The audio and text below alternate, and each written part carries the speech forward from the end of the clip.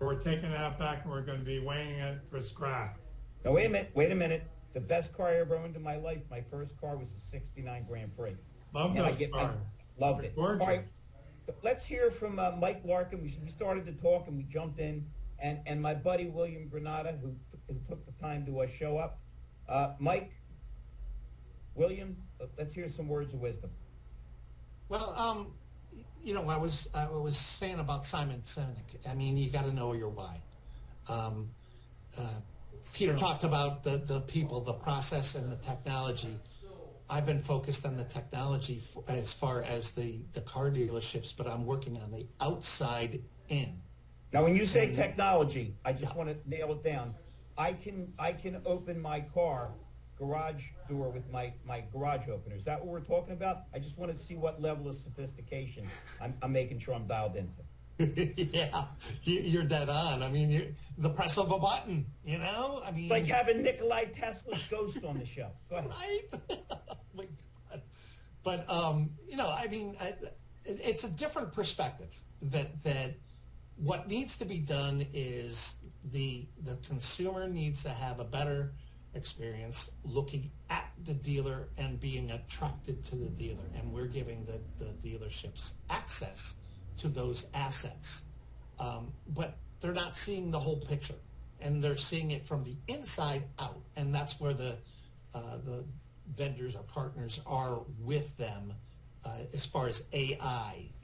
We talked this morning about a company that I'm doing business with, and he was all excited about. I forget the name. I said Four Eyes or something like that. But it's a technology company that can tell the dealership when a person was on their website, left their website, came back to their website, and it will notify the dealership. But what they don't have is anybody monitoring that to say, hey, when is that person on your website? And then notify a manager or salesperson when they come back. Well, what's the use of having, somebody coming back and you being told they're coming back with nobody responds to that? It's kind of, guys, gotta think outside the box. I have a client, my new client right now in New Jersey. They have Four Eyes on it. They have dealer e-process. They have 20 widgets on their website. 10 or 11 are in conflict. We had 2 sessions and we were able to get about 9 of them off the website. And we have Four Eyes. My dealer's son put Four Eyes on 2 years ago, and they are not aware of the full capacity and ability of what Four Eyes does. I understand it and you understand it. I'm just getting them to understand it. I have a meeting with their company again tomorrow to make them aware of what tools they have and how they can be scraping the website and being able to communicate with their leads and stuff. Because right now they're averaging, in the 2 Chrysler stores, are averaging 5 leads a day, or 5 to 10 leads a day, and half of them are Stellantis. And if you know anything about Stellantis, they share those leads with the other Stellantis dealers in the area. So they're worthless, Don. Let's just go to this one statement about DR, digital retailing. Most dealers look to DR as lead generation. They don't look to DR as what it actually is.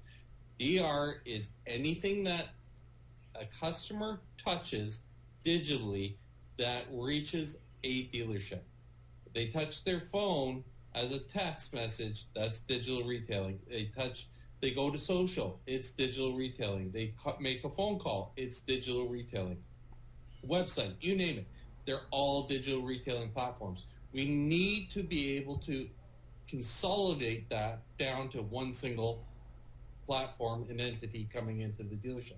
There are platforms that do that out there, but that's not really what we're talking about here. And I want to jump back to Mike and say, yes, we've hired them, and that's the topic of this conversation. We need to know what their whys are And then we have to go to Jeff and say, hey, we know what their whys are. Now we need to how to build their careers. And then we jump back to Don and say, hey, we got to get them past 3 to 5 years, and we will surpass that loss of $10,000, $20,000, $50,000, $9 million in the end. And how do we get there? And what processes do we put in place now that we have our people? We'll use the technology to keep that, but we need to bring our people into it. Let's hear from William. I have a couple of points, but I didn't want to take the mic. William, he must like you. He never has any problem skipping me. When you're quiet like me, you're often overlooked. Go ahead, William. Listen, when it comes down to employee retention, employee onboarding, anything that you use with vendors in today's day and age, it always goes back to the very first thing, right? Do you know how to use it? Do you know what it stands for? Do you know how to properly engage every single tool? And the reality is, in our industry right now, the same way that it was 10 years ago, 20 years ago, whether it's dealer principals, chairman of the board, a lot of people in these positions don't know or don't want to know that they don't know. They just think that they know. And unfortunately, as a result of that, it's a snowball's effect down to the different department heads above and beyond that. And unfortunately, there's just not enough people, and they could say all they want. And listen, we can include ourselves because we're in the industry, and it's unfortunate. There's not enough people actually pulling the levers the right way to know how to use it, what to do, and just how to make things better.